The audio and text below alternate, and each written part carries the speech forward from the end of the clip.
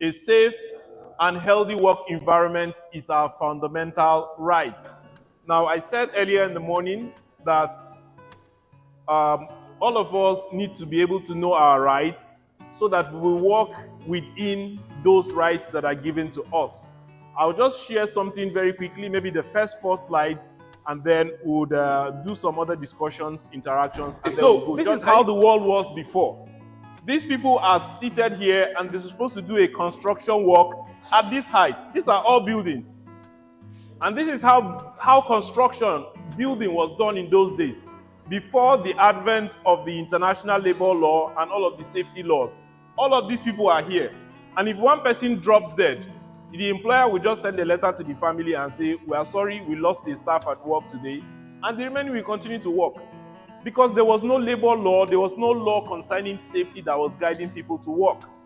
But after the advent of the international labor law and what we have now, we have now brought up all of these kinds of safety guards to ensure that people are safe at work and people can work and return back to their families. You can see that a full-grown man in his youth, he has his energy, he can carry whatever the employers are saying they should carry. And so, but after it was also against the international labor law that any weight that is above 50 kg or 100 kg, not more than 2 persons should carry. We should use mechanical devices to lift those loads. So these are the conventions, these are the outcome of the international labor laws and the conventions that we have that is telling us all of these things that have changed. This is before and this is present. Okay, let's go. So the world before, people could just go into the workshop, they could just wear whatever they have and enter the fabrication, not minding what can go wrong, what can happen to them.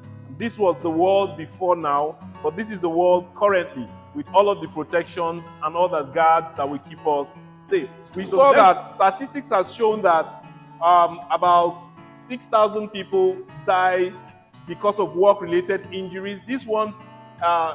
These deaths happen because of ill health. So, for example, we're exposing people to the use of asbestos. We're exposing people to the use of paints, and they're inhaling these things. And these things will not tell on them with time. But we're saying that we have identified that this has to do with health, this has to do with the work environment, and this is occupationally based hazards. That these statistics are real. People die every day if these things are not addressed. So these are some of the things that were itemized in the convention. That is the right of management or your employee to provide for you. So we're saying that, I'll just run through quickly that these are the things that management are supposed to provide for us to come to work and go back safely. While I say management, including myself, if they put me in an office that has no windows and just one door, there's no AC, there's no fan, it's also detrimental to me. So it's not just the workshop people, even people that are also in the office. So we said here that we ensure that we have good design for sitting places. Our chairs, they are maintained and repaired. We have entry and exit points. There are doors for you to enter and come out from there. We should have lightings. We should have ventilations in our offices, and the offices must be clean. So management has brought in cleaners to ensure that our offices are kept clean. All of these are our rights. We should have rooms that have good temperature, humidity, and then movement of air. So windows should have across our workplaces. It should be designed to make sure that we are safe. Also, management must prevent anything that is harmful, including mental stress. So we cannot say because you're a rigger, you must do rigging, you must do lifting, you must do welding. It's going to be a mental stress on that individual. Next, all of these are things that management must provide for all of us. We will provide control measures, radiation protection. We are going to provide PPEs, controls for high hazards. We are going to ensure that we protect against fire and explosion. We are going to ensure that we give you PPEs and also maintain those PPEs. We also said that we do prevention and controls. We do JHAs together with you guys. We do our toolbox. We identify the hazards. This is management responsibility. Also, we control anything that has to do with high noise. We give earplugs and all of that. Prevention against fire and explosion. We've said that.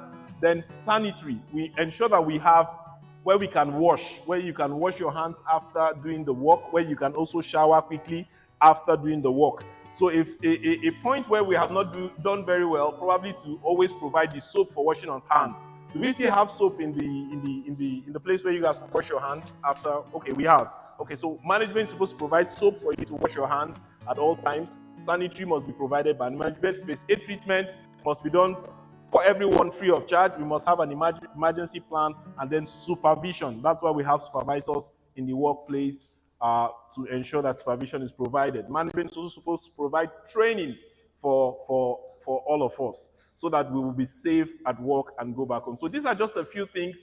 Because of our time, we will not go beyond this. But what we are saying to everyone is that you guys have a right, management also have a right, and we must all protect each other's rights. Do your own part and let management do their own part. Thank you very much, everyone. Okay, so I think the next on the agenda is our interactions. We have questions, we have observations you want to give to us. We'll take it quickly, then we'll quickly take some pictures with our cake, and then we'll cut, and then we'll close. So